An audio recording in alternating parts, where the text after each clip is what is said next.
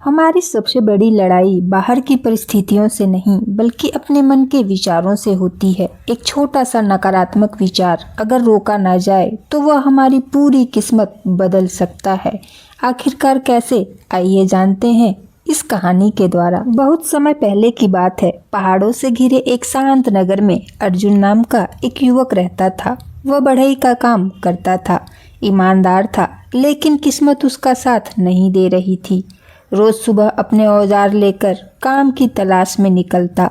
कभी दरवाजा ठीक करता, कभी टूटी कुर्सी, तो कभी लकड़ी का छोटा मोटा काम। एक दिन शाम ढल रही थी, अर्जुन खाली हाथ लौट रहा था। तभी सड़क किनारे उसे एक अजनबी दिखाई दिया। लंबा चौगा पहने, सिर पर पगड़ी और पास में 3 संदूक पड़ी हुई थी। यात्री ने आवाज दी, बेटा क्या तुम मेरी मदद कर सकते हो? मुझे इन संदूकों को पहाड़ी के उस पार तक पहुंचाना है। अर्जुन ने पूछा, क्या मिलेगा? यात्री बोला, अगर तुम ईमानदारी से मेरे साथ चलोगे तो हर संदूक के बदले तुम्हें एक थैली चांदी का दूंगा। अर्जुन तैयार हो गया। पहला संदूक भारी था। अर्जुन ने उठाया और चल पड़ा। रास्ते में उसने देखा कि यात्री बार बार उसकी तरफ देख रहा है। अर्जुन मन ही मन सोचता, शायद इन्हें डर है कि मैं भाग जाऊंगा, लेकिन मैं ऐसा नहीं करूंगा। थोड़ा और आगे बढ़ने पर एक तेज बहती नदी आई। यात्री बोला, मैं बूढ़ा हूँ, नदी पार नहीं कर सकता, क्या तुम दूसरा संदूक भी उठा लोगे? बदले में एक और थैली दूंगा। अर्जुन ने हिम्मत दिखाई और दोनों संदूक लेकर नदी पार कर गया। अब सामने खड़ी चढ़ाई थी। यात्री हांफने लगा, बेटा तीसरा संदूक भी उठा लो, इसमें सोने के सिक्के हैं, अगर तुम भाग जाओगे तो भी मैं कुछ नहीं कर पाऊंगा। अर्जुन ने थोड़ा बुरा मानकर कहा, मैं मजदूर हूँ, चोर नहीं। उसके बाद अर्जुन ने तीसरा संदूक भी उठा लिया।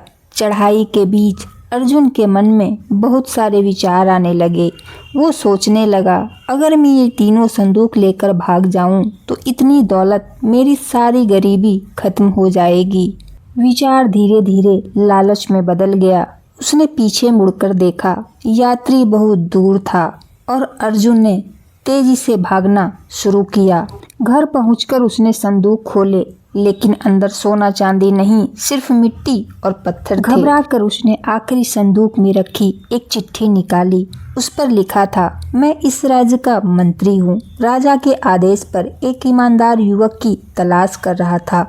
जो व्यक्ति लालच में आकर भागे बिना मेरे साथ अंत तक चलता, वही इस राज्य का अगला सलाहकार बनता।